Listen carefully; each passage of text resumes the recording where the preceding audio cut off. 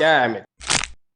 ఏంటిటా కుండబద్దలు కొడతా అత్త. నమస్కారం, కుండబద్దల ప్రేక్షకులకి స్వాగతం. తిరిగే కాలు తిట్టే నోరు ఊరుకోదు అని చెప్పినట్టు జగన్మోహన్ రెడ్డి అందున ప్రతిపక్షంలో ఉంటే ఖచ్చితంగా కొన్ని సీక్రెట్ మీటింగులు పెట్టడం, లేకపోతే ఏదో ఒక మంతనాలు చేయటం, కొత్త రకాల ప్లానులు చేయటం అనేది పరిపాటే. అందులో భాగంగానే ఇప్పుడు బెంగళూరులో ఆయన కొన్ని సీక్రెట్ మీటింగులు కండక్ట్ చేస్తూ ఉన్నట్ట.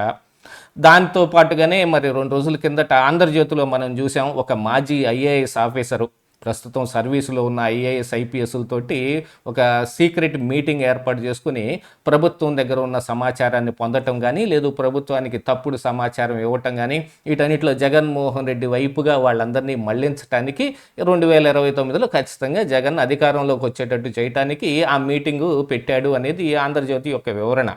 కాకపోతే జగన్మోహన్ రెడ్డి మాత్రం ఊరుకొని ఉంటాడా? ప్రస్తుతం లిక్కర్ స్కామ్లో కానీ, కల్తీ నెయ్యిలో కానీ చాలా అబాస్ పాలైంది వైఎస్ఆర్ కాంగ్రెస్ పార్టీ. లిక్కర్ స్కామ్లో ఈడీ ఎంట్రీ జరగటం, దాంట్లో 400 కోట్ల రూపాయల పైచిలుకు ఆస్తుల్ని జప్తు చేయటం, దీంతో పాటుగా మరి కల్తీ నెయ్యి వ్యవహారం చాలా వైపులకి తిరిగి అది మతం రంగు కూడా పూసుకొని ఇప్పుడు జగన్మోహన్ రెడ్డి క్రిస్టియానిటీని ప్రశ్నించే విధంగా కూర్చుంది. చాలామంది స్వామీజీలు కూడా ఇప్పుడు మీటింగుల మీద మీటింగులు పెట్టి జగన్మోహన్ రెడ్డికి వ్యతిరేకంగా పనిచేయడానికి చాలా పెద్ద ప్లానే వాళ్ళు కూడా చేస్తూ ఉన్నారు. వీటన్నిటినీ బేస్ చేసుకొని కేంద్రంలో ఉన్న వాళ్ళతోటి జగన్మోహన్ రెడ్డి ఇప్పుడు కొంచెం దూరంగా కనిపిస్తున్న సమయంలో వాళ్ళకి దగ్గర అవడానికి కొన్ని ప్రయత్నాలు చేస్తున్నాడనే విధంగాను, దాంతోపాటుగా ఇప్పుడు కర్ణాటకలో ఉన్న బీజేపీ నాయకులతోటి ఈయన మంతనాలు చేస్తున్నాడు అనేది కొన్ని రకాలైన వార్తలు బయటకు వస్తున్నాయి. దీంతో పాటుగా ఈ సీక్రెట్ మీటింగ్కి మిథున్ రెడ్డి కూడా హాజరైనట్టుగా కూడా ఒక సమాచారం. ఎందుకంటే ఆల్రెడీ పెద్దిరెడ్డి రామచంద్రారెడ్డి కానీ, మిథున్ రెడ్డి కానీ జగన్మోహన్ రెడ్డికి దూరంగా ఉంటూ ఉన్నారు, వాళ్ళ సొంత ప్రయత్నాలు వాళ్ళు చేసుకుంటున్నారు అనే కొన్ని వార్తలు బయటకు వస్తున్న ఈ తరుణంలో మరి ఈ మీటింగ్కి మిథున్ రెడ్డి కూడా అటెండ్ అయ్యాడు అని అంటే అందరూ కలిసే ప్లాన్ చేస్తున్నట్టుగా ఒకటి కనపడుతోంది. సరే, ఇక ఇప్పుడు ఢిల్లీలో కేంద్రంలో ఉన్న బీజేపీ నాయకులు ఎవరితో అవసరం ఉంటే వాళ్ళతోనే కలుస్తారు. కాకపోతే వాళ్ళకి ప్రయారిటీ అనే దగ్గరకు వచ్చేటప్పటికి కూటమిలో ఉన్న కారణానికి టీడీపీనో లేకపోతే జనసేనో దగ్గరకు రానివ్వటం లేదు, చంద్రబాబు, లోకేష్, పవన్ కళ్యాణ్ తోటి మంతనాలు చేయటం అనేది ఒక రకంగా పరిపాటి అయినప్పటికీ జగన్మోహన్ రెడ్డిని కూడా వీళ్ళు వదిలిపెట్టకుండానే పట్టుకొని వస్తున్నారనేది ఇక్కడ ఖచ్చితంగా అర్థం చేసుకోవాల్సిన అంశం. ఎందుకంటే కల్తీ నెయ్యి విషయంలో సిబిఐ వేసిన ఛార్జ్ షీట్తో చూస్తే ప్రజలందరూ నిర్ణయించుకున్నారు, వీళ్ళు జగన్మోహన్ రెడ్డిని కాపాడటానికో లేకపోతే వైవి సుబ్బారెడ్డినో ధర్మారెడ్డినో కాపాడటానికో కేవలం ఇలాంటి ఒక ఛార్జ్ షీట్ వేశారు అన్నట్టుగా కనపడుతోంది. ఎందుకంటే అందులో ఈ పెద్దల పేర్లు ఎవరివి ఉదహరించబడలేదు. కానీ విచిత్రమైన విషయం ఏంటంటే లిక్కర్ కేసులో వచ్చేటప్పటికి ఈడీ ఎంట్రీ జరిగింది, దీని తరువాతనే మరి అసలు వాసుదేవరెడ్డి అరెస్ట్ కూడా జరిగింది.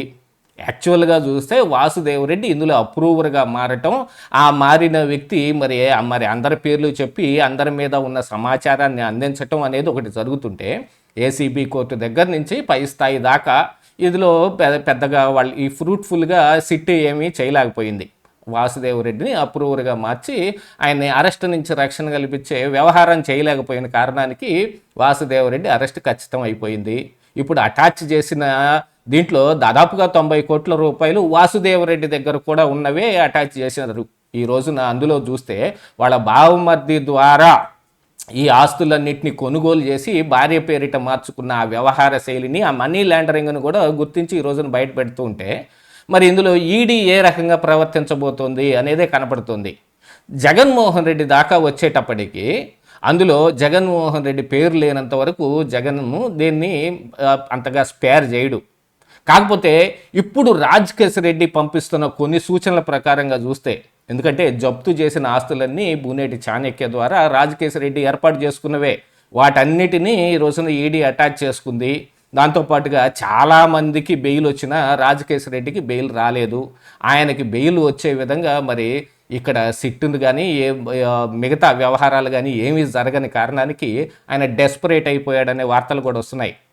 అంటే ఇప్పుడు ఈడీ ఎంట్రీ ద్వారా ఈ రాజకేశరెడ్డినో లేకపోతే జగన్మోహన్ రెడ్డినో కాపాడటానికి ఈ ఎంట్రీ జరిగింది అనేది కొంతమంది ఊహిస్తున్నప్పటికీ ఖచ్చితంగా మనం ఢిల్లీ లిక్కర్ స్కామ్ని చూసుకుంటే అందులో కూడా ఈడీఏ కొన్ని అటాచ్మెంట్స్ కానీ కేసులు కానీ ఇవన్నీ పెట్టినా అందులో కోర్టు ద్వారా వచ్చిన ఫైనల్ అవుట్పుట్ చూస్తే మరి కేజ్రీవాల్ కానీ కవిత కానీ మనీష్ సిసోడియా కానీ ఇందులో క్లీన్ చిట్తో బయటకు వచ్చారు. అలాంటి సమాచారం ఏదైనా ఇప్పుడు ఇక్కడ కూడా వాడుకునే అవకాశం ఉందా అనేది ఈడీ ద్వారా జరుగుతుందా అనేది కూడా కొన్ని వార్తలు బయటకు వస్తున్నాయి. దీంతో పాటుగా జగన్మోహన్ రెడ్డి నెక్స్ట్ ప్లాన్ ఏమిటి, 2029లో ఖచ్చితంగా అధికారం సంపాదించకపోతే ఇక వైఎస్ఆర్ కాంగ్రెస్ పార్టీ ఉండదు. దాంతోపాటుగా జగన్మోహన్ రెడ్డి కూడా బయట ఉండే అవకాశాలు తక్కువగా ఉంటాయి. ఎందుకనంటే 2029 ఎన్నికలు వెరీ క్రూషియల్. బీజేపీ తోటి జగన్మోహన్ రెడ్డిని కలపగలిగేవి కానీ బీజేపీ శాశ్వతంగా జగన్మోహన్ రెడ్డిని వదిలించుకోవడానికి చేసే ప్రయత్నాలు కానీ వీటన్నిటికీ 29 ఎన్నికలే బేస్. ఎందుకంటే మొన్న 24 ఎన్నికల సమయంలో ఆ ముందు వరకు జగన్మోహన్ రెడ్డికి హెల్ప్ఫుల్గా ఉన్న బీజేపీ ఒక ఇంటెలిజెన్స్ సమాచారం ప్రకారంగా ఖచ్చితంగా జగన్మోహన్ రెడ్డి గెలవడు, అటు టీడీపీ పవన్ కళ్యాణ్ వీళ్ళందరికీ మాత్రమే గెలిచే అవకాశం ఉందని వాళ్ళతోటి జట్టు కట్టేసి కూటమిని ఏర్పాటు చేశారు. ఎందుకంటే ఆంధ్రప్రదేశ్ రాష్ట్రంలో ఉన్న ఎంపీ సీట్ల ప్రభావం అలాంటిది. ప్రస్తుతం ఈ ఎంపీ సీట్ల ప్రభావంతో మరి పైన కూడా బీజేపీ అధికారంలో ఉంది. ఇలాంటి ఈ సమయంలో ఇప్పుడు 5 సంవత్సరాల పాలన తరువాత మరి రాబోయే ఎన్నికల్లో ఎవరు గెలుస్తారు ఎవరు గెలవరు అనే దానికి కూడా చివరి నిమిషాల్లో అంచనాలు వేసుకోవటం తప్ప ఇందులో ఇది అని ఖచ్చితంగా ఊహించుకుంటానికి ఏం లేదు. అందుకోసమని జగన్మోహన్ రెడ్డిని ఒకంత కాపాడుతున్నది బీజేపీ అని చెప్పటానికి కొంత సహేతుకమైన కారణాలు ఇక్కడ కనపడుతూ ఉన్నాయి. ఇలాంటి సమయంలో ఇప్పుడు బీజేపీ జగన్మోహన్ రెడ్డిని కొంచెం దూరంగా పెట్టింది కాబట్టి ఇక్కడ రాష్ట్ర ప్రభుత్వం పైన ఉన్న నాయకులతోటి ఎస్పెషల్లీ లోకేష్ కేంద్రంలో ఉన్న నాయకులతోటి బాగా కలివిడిగా ఉండటం, ఎప్పుడు కావాలంటే అప్పుడు వెళ్ళగలగటం, కేంద్రంలో ఉన్న ఈ మంత్రులు కానీ మిగతా ఈ వీళ్ళతోటి కూడా లోకేష్ బాగా సత్సంబంధాలు మెయింటైన్ చేయటం, వీటితో పాటుగా నేషనల్ మీడియా కూడా ఎక్కువగా లోకేష్ మీదే ప్రొజెక్ట్ చేసి ఉండటం అనేది జగన్మోహన్ రెడ్డికి చాలా కంటకంగా ఉంది. కనీసం లోకేష్ ఒక క్రికెట్ మ్యాచ్ చూడటానికి వెళ్ళినా కూడా వైసీపీ నాయకుల కన్ను ఆయన మీదే ఉంటుంది. అంటే లోకేష్ని ఎక్కువగా టార్గెట్ చేస్తూ ఉన్నారు.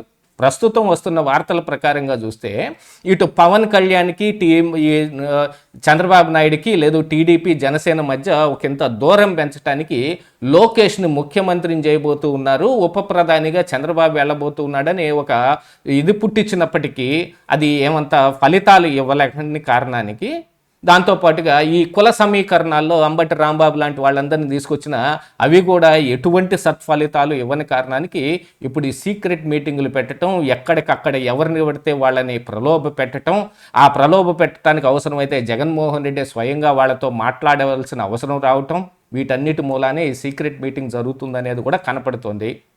యాతావాత మరి వీటన్నిటితోటి జగన్ ఖచ్చితంగా అనుకున్నది సాధించగలుగుతాడా అనేది ఇక్కడ చూడాల్సిన అంశం. ఇదే ఈరోజు కుండబద్దలు.